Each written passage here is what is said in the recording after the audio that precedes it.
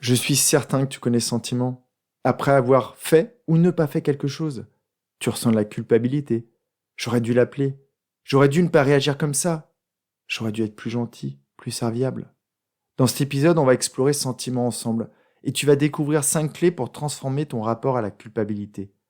Prépare-toi encore une fois à vivre avec plus de légèreté ta vie qui devient, à chaque épisode, un peu plus riche, épanouie et pleine de sens.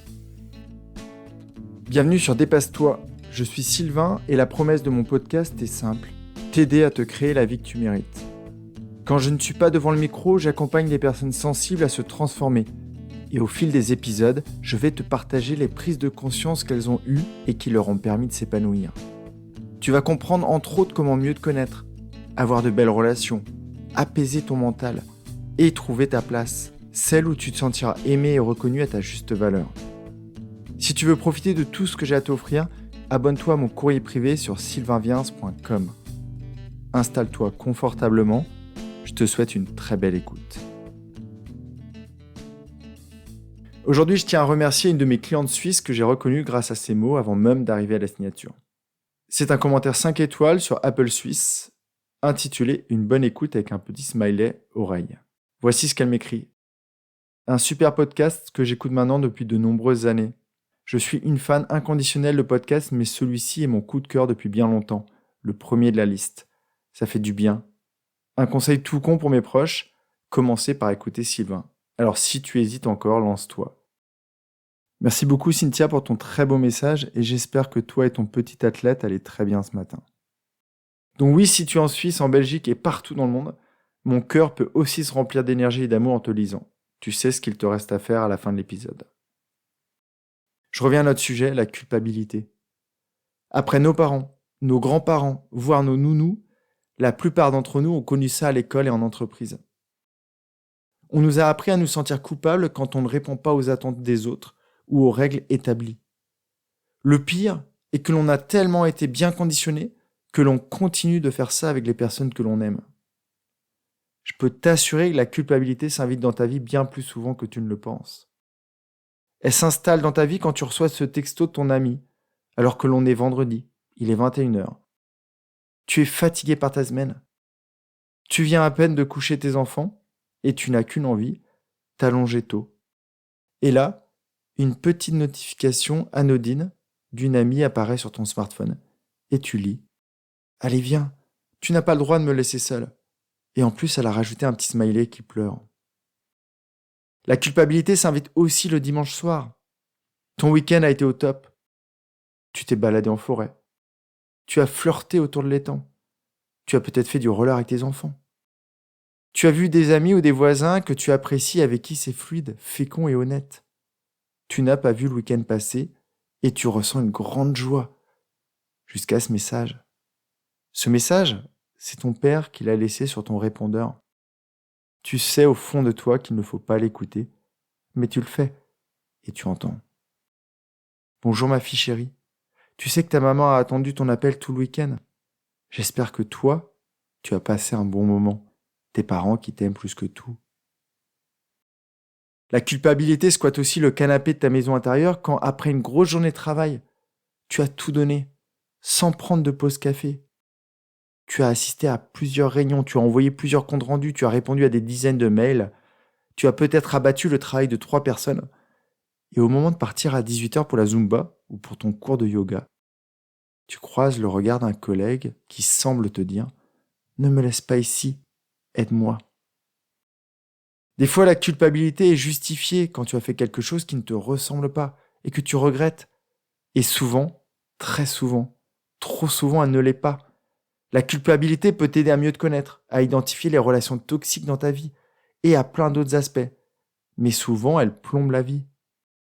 C'est elle qui est là quand tu penses que tu es une mauvaise personne, une mauvaise conjointe ou peut-être un mauvais fils. C'est aussi elle qui est là quand tu penses que tu as tout ruiné, que tout est ta faute, que tu n'aurais pas dû faire ça, que personne ne te pardonnera.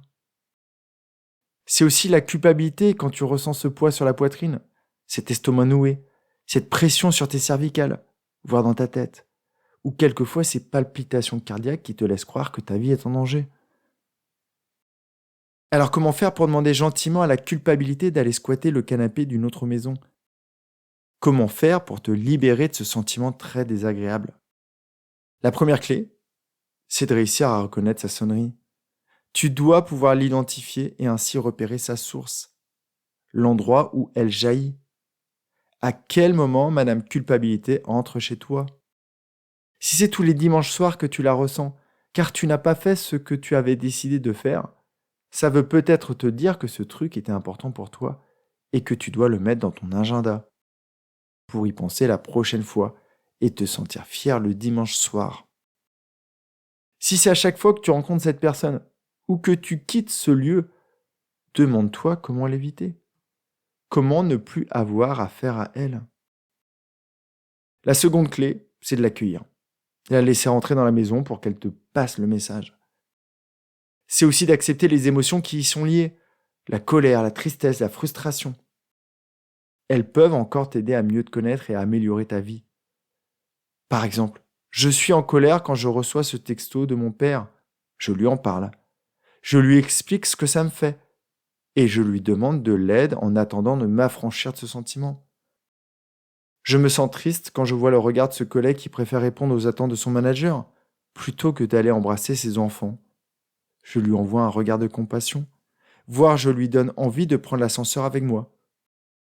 Je peux aussi ressentir la fierté car moi, j'ose quitter le travail à 18h parce que je considère que j'ai fait le nécessaire. La troisième clé, c'est de solutionner la situation, de transformer la culpabilité en responsabilité. À 18h, je me sens coupable car je n'ai plus envie d'appeler cette personne, car je sais que plus fatigué, ça ne se passe pas bien. Peut-être est-il plus souhaitable de ne jamais la côtoyer, ou alors de l'appeler à un autre moment de la journée. C'est peut-être aussi le moment de partager mon ressenti à cette personne en essayant de comprendre d'où ça vient et comment on peut solutionner le problème à deux. Tu ressens la culpabilité quand tu reçois ce texto parce que tu as refusé cette invitation. Demande simplement à ton amie quelle est son intention. Qu'est-ce qu'elle cherchait à te faire passer comme message? Et peut-être qu'elle aussi, tu vas l'aider à avancer et elle va se rendre compte que la formulation était très culpabilisante. Tu peux aussi te demander quelle pensée surgit dans ton cerveau quand tu quittes ton travail plutôt que tes collègues. Est-ce que c'est je les abandonne? Et dans ce cas, transforme-la, cette pensée, en quelque chose de plus positif. Je suis efficace et j'ai le droit de partir à 18h, même si mes collègues décident de rester au bureau. C'est leur responsabilité, ce n'est pas la tienne. Ne prends pas la culpabilité des autres. Laisse-la leur. C'est leur responsabilité de choisir entre leur manager et leur maison, par exemple. La quatrième clé, parce que quelquefois cette culpabilité est justifiée, c'est de te pardonner des erreurs que tu as commises par le passé. Oui, tu n'es pas une personne parfaite. Et peut-être même qu'aujourd'hui, ou par le passé, tu as eu des comportements que l'on pourrait étiqueter de méchants. Mais ça ne fait pas de toi une mauvaise personne. Alors oui, une lettre de pardon, un texto d'excuse, car tu n'as pas osé te rendre à la soirée, ou parce que tu as dérapé dans une conversation, ça fait le plus grand bien à l'émetteur, toi-même, et au récepteur, la personne à qui tu veux envoyer des excuses. Sois dans la compassion avec toi-même. Tu as peut-être choisi le mauvais environnement de travail et c'est OK. Maintenant, c'est de ta responsabilité d'en changer pour trouver un métier qui est plus aligné avec tes valeurs, plus congruent. Et la dernière clé dont je te parle ici, celle qui te fait le plus grandir, c'est d'essayer d'arrêter de générer de la culpabilité auprès des autres. Je suis certain que tu connais le chapeauté, ce petit chat habillé d'une tunique et qui porte de belles bottes en cuir, avec ses petits yeux remplis de tristesse. C'est un pro de la culpabilité. Il sait jouer avec et faire ce qu'il veut aux autres. Il les manipule à sa guise, alors ne fais pas comme lui. Il me reste une clé dans mon trousseau et je vais l'aborder avec mes abonnés du jeudi. Alors tu sais ce qu'il te reste à faire. Pour finir cet épisode, j'ai envie de te proposer une phrase que tu laisses, si elle ne te plaît pas, ou que tu intègres dans ton quotidien, le cas contraire. Personne ne te doit rien et tu ne dois rien à personne. Je la répète en ajoutant un élément. Personne ne te doit rien. Et tu ne dois rien à personne sauf à toi-même. Tu te dois respect, compassion, confiance et amour. Alors fais en sorte que ta vie en soit remplie. Je te dis à jeudi dans le courrier pour la dernière clé. Alors si ce n'est pas déjà fait, abonne-toi. Si tu as aimé cet épisode, il plaira sûrement à un de tes proches, alors pense à le lui partager tout de suite. J'espère aussi qu'il te donnera envie de me laisser un avis 5 étoiles sur ta plateforme d'écoute. On se retrouve jeudi dans mon courrier pour faire encore un pas de plus vers la vie que tu mérites. Prends vraiment bien soin de toi et passe une très belle journée. Bye bye.